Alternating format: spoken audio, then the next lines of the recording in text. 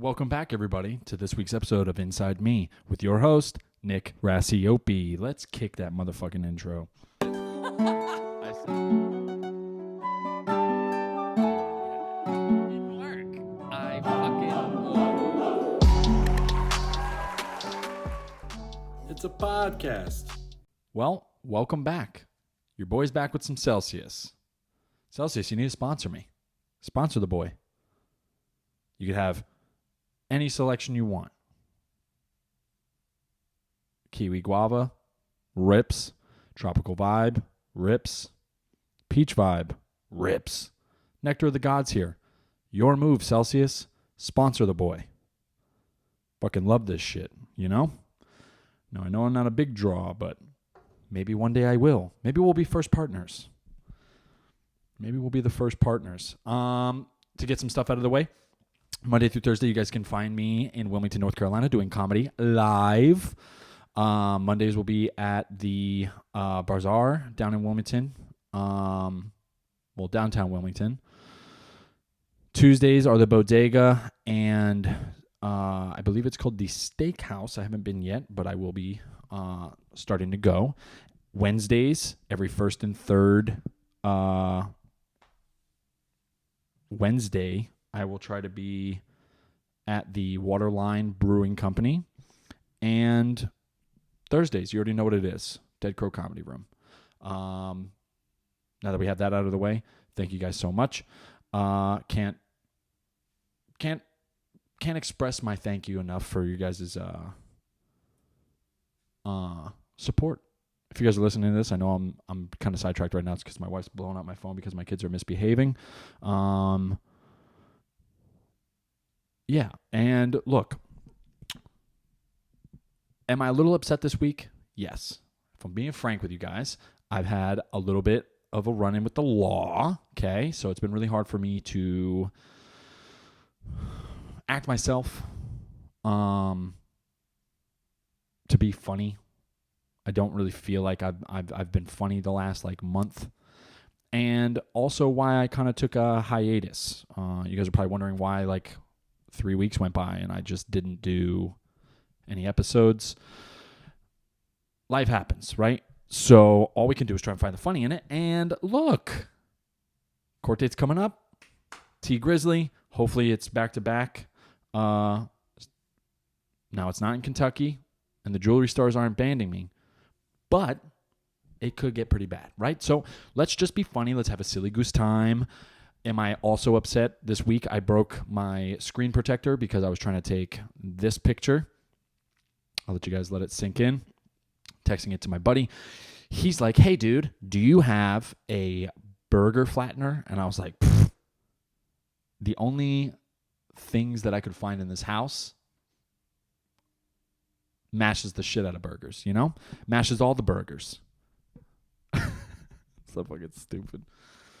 Oh, man. I really wish more of you guys would follow me on social media so I could send you funny shit like this. Do it. Follow my TikTok. Follow the Instagram. Finally got one of my first sets put up there for you guys. I hope you enjoy it. It's a little clip of me on stage at the Waterline Brewing Company at the Gruff Goat Comedy Showcase. Thank you, Lou Morgante. You're the man. Empty Bottles. You were great. Chris, you were great. Yeah. And look, I'm just having a fucking blast doing this shit. And I told you guys, this is what I feel like I should be doing, you know? And it's just, story of my life. I'll take you home. I'll drive all night. You like that? Yeah. I could be a singer too. I'm meant for showbiz, baby. What else has happened to me this week? Oh, dude, let me get into fucking Christmas, man. Let me get into fucking Christmas because I haven't seen you guys in a while. Let me get into Christmas. So Christmas was fun. The kids woke us up way later than we thought they were going to. We get downstairs, and they start tearing into gifts. Now, I already told you guys what I got my kids, right? Got my daughter a karaoke machine. Got my son a Game Boy SP. And they've used those gifts a total of 2 times in the last 2 weeks. We've gotten it for them. Now, I told you guys, I thought the gift was gonna rip. Small thing. Small, itty-bitty thing. My son's learning how to read, and he is not fluent in English yet. Him have also, but then still, and I know that because like he literally just had a conversation with me. He's like, I was like, before you go play outside, zip up your jacket. He's like, oh, because all the hot will get out of my jacket if I don't have it zipped up, and I'll be freezed. All right, man, hold on. Let me break down that sentence. Let me break down that English you tried spitting at me real quick. I'm assuming you're saying the heat from your body will leave and then you'll become cold, right? I think that's what we're getting at here. And he's like, yeah. And then he was so excited to tell me that his friends are going outside and he wants to go outside and play, and can he bring a Pokemon card, so that he was just like, have you ever had a dreams that fucking meme? Have you ever had a dreams that and I was like, dude, spit it out, dude, spit it out.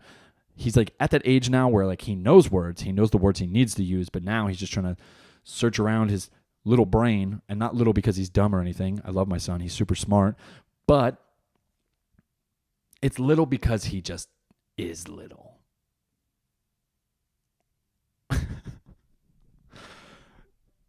And I forgot, going back to my point, I bought all these Pokemon games for him, how much reading actually has to take place in those games. So he was immediately turned off to the idea of playing a video game where 80% of his time will be spent reading what's going on. At least now, like with console games, you can kind of get the gist of it, right? You just fucking move the character around long enough, and then something will highlight, and then boom, you're on your way. In these Pokemon games, it's 2D. You can't be living life like that. You got to fucking read the shit because, Dr. Hasbro or whatever the fuck is like, yo, you need to go to the Enchanted Forest where the wild things live and catch a Rubion. I don't even know if that's a Pokemon. I'm pretty sure it is. I think Rubion actually is a water Pokemon, so now I'm just a fucking idiot. But you guys get what I'm saying. My references are off, but you get what I'm saying, right? So now he's just like, who are you, Pokemon? TM. Who the fuck are you telling me what to do and how to play the game? I'm just trying to play. He's like, Dad, when do I battle? I'm like, you got to find some Pokemon, homie.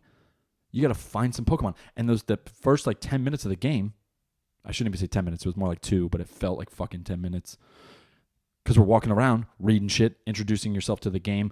The fucking bullshit Game Boy instructions are coming up where it's like, you could go to the TV in the living room and it's all 2D, so everything looks like the fucking TV, dude. It's hard to differentiate shit. So I'm like, dude, I don't know, man. Just play, and the Game Boy, for all parents, the Game Boy's meant for like, hey, go do that so you're not up my ass. And it has now turned into a fucking formal task where I need to be there in order for him to play it. I've accidentally caused myself more strife. I don't know if strife's the right word, but you guys get what I'm saying. You guys get what I'm saying? Because now it's more work for me to have him play the game. And I really fucked myself. With my daughter, we got her the little karaoke machine. She loved it. She thought it was awesome, right? She immediately started singing songs on it, right? She was a little shy at first. I shouldn't say immediately. She was a little shy at first. And this thing changes your voice. It's got like voice modulation. It's got Bluetooth, so you can play music off of it. So it doubles as a speaker and a karaoke microphone. Dude, trying to get her to sing was like pulling teeth. Like, baby, come on. Your voice is... I'm like a proud Italian uncle. I'm like, your voice is great. You belong in show business. You're gonna go far, kid. You're gonna go real far. You just gotta keep it up. You know? Why don't you sing us a little something? Give us a little treat. Give us a little treat, and maybe we'll put it on the online, and we'll send it to all the family members while they're enjoying Christmas. It'll be nice. Come on, Aunt Dammy, she wants to see it. She wants it. She'll love it. She'll think it's cute. Come on, give us a little songbird. Give us a little taste. Give us a little taste of that lasagna of a voice you got. Hot lasagna. Right? And she is just not having it. Now, she loves the song by Beyonce, Pretty Hurts. So my wife starts singing it, hoping she'll reciprocate it and, belt this song out. But she's just like, pretty hurts. I'm like, no. That's not fucking. I'm like, ooh, it's not singing. You're with us, baby. Just do what you got to do. Come on, baby. Warm up. Do a little dancey dance like the baby, right? Do my little dancey dance. Do that, and let's fucking hear it, Stop being shy. It's just us. Ain't nothing to be scared about. You ain't got nothing to worry about. She'll be a star one day. I know it. She's too cool not to be. My son, on the other hand, he might go into video games. He might become a video game creator, which I'm not mad at. It's a booming industry, So Christmas was fun. I wrote that, dude. And here's the thing: I put so much effort into Christmas this year because I'm finally home for it. Oh, dude! I even wrote in red pen. Spoiler alert: if you have kids around, I'm about to blow your spot up. So maybe just pause it or throw it on somewhere else. I wrote in red pen a letter from Santa. Thanking them for being so good, and the cookies were good. The milk ripped, right? I didn't write it exactly like that, but you guys get the gist of it. And I rolled it up. I tied a red bow around it, right? Here's what I came down to. I took one bite out of one of the cookies. It looked like a bite. It looked like a bite mark, right? I come downstairs, and this is why we can't have nice things in this house. The night before Christmas, some would call it the eve of Christmas. My wife tells me that the dog had gotten up on the counter and eaten 2 of the cookies. Now, one of the said cookies eaten was the one I bit. It was the one I fucking bit. So my wife thought, in the grand scheme of things, let me demolish the rest of this cookie and leave some crumbs. Now, I understand Santa's fat, okay? Santa's big boy. He's a little thick. First team only. Thickness. Shout out to Brennan Schaub, thick boy. Only dude to never not be thick, right? Came out the womb. Thick, right? But I'm trying to logically think about it in my head. Santa can't go eating every cookie he comes across that night. Or maybe he can. So now in my head, I'm trying to think of a game plan onto which how the kids might perceive just oh my God, he ate all of the cookies, right? Because I'm thinking externally, what if they start talking to the other kids and the other kids are like, oh, Santa only ate one of my cookies. Now he's going to think that we have really, really good cookies and the other kids don't have as great of cookies as we do, right? Maybe they're not worse, but they're not as good, right? And you can't have your kids going around saying, my dad makes the best cookies around, because then I gotta make them for neighbors when they move in. I gotta keep up the level of softness, ooey, gooiness, right? Peel apart, melting fucking chocolate, goddamn Pillsbury Doughboy commercial. You know what I'm saying? And I don't want to do that. That's too much pressure to put on me. I don't want that pressure. I don't want to live with that pressure. So we just kind of dismissed it. We're like, I guess Santa ate all the cookies and had a little bit of milk. Because that didn't go. Dogs don't drink milk, apparently, out of a cup. Or even knock it down and lap it up, So I'm just confused. They completely disregard the fucking letter. I'm like, dude, you guys not understand. This is handwritten from Santa and signed Santa.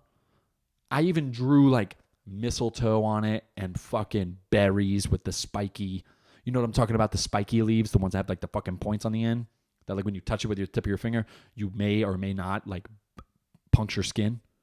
I drew it with one of those leaves, like a couple of those leaves. It looked nice. I drew like little scriptive designs around it, so it kind of looked a fish. It didn't. It didn't look a fish. But, you know, that's what I'm getting at. So they just dismiss it, and I put it, like, even with the elf, like we put in all this work around Christmas, and then sometimes kids can just kind of hurt your feelings, right? Because they just dismissed it all, right? They had a good day, they got their gifts, and all in all, it was a great Christmas. We got to spend it together as a family, and I had a fucking blast watching them open shit.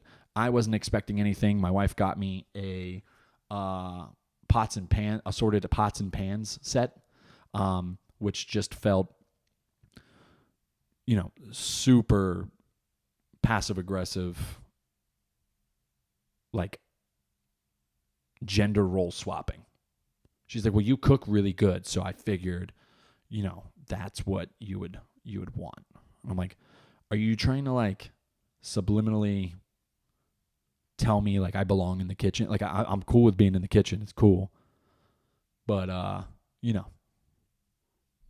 let's talk about it first before you do that. I didn't want anything for Christmas because, you know, I'm 28 and there's really not much I don't buy that I need that I would be like, oh, I'm going to wait till Christmas to get this. That's what I want to wait till Christmas and get this. Like that doesn't happen for me, right? I got my wife a nice outfit with a fucking dope ass like winter coat because she's been crying and complaining that she doesn't have a winter coat, which she's putting into use now. It should be illegal how fucking cold it got down here. And I'm sure everybody listening to this around the fucking U.S. is just experiencing a bunch of snow and fucking a cold front. New Year happened, cold front everywhere. At least all along the East Coast. It got brick city down here in North Carolina. And I know, like, you know, mid-Virginia and up, dude, done. Snow. Nothing but snow. You know? And I'm pissed because we don't get any snow down here. So, like, all my boys that, like, work up north, snow days, they're getting, you know, days off work, whatever. And it's free sick days. You know, if I can't come to work, you want me to walk? You want me to walk? Hell no. So they tell them, no, don't come into work. Stay home. Stay put. Do what you got to do. That doesn't happen down here. And when if it does, it's like as soon as there's a little bit of slush, everybody down here loses their mind. I was born in Jersey raised.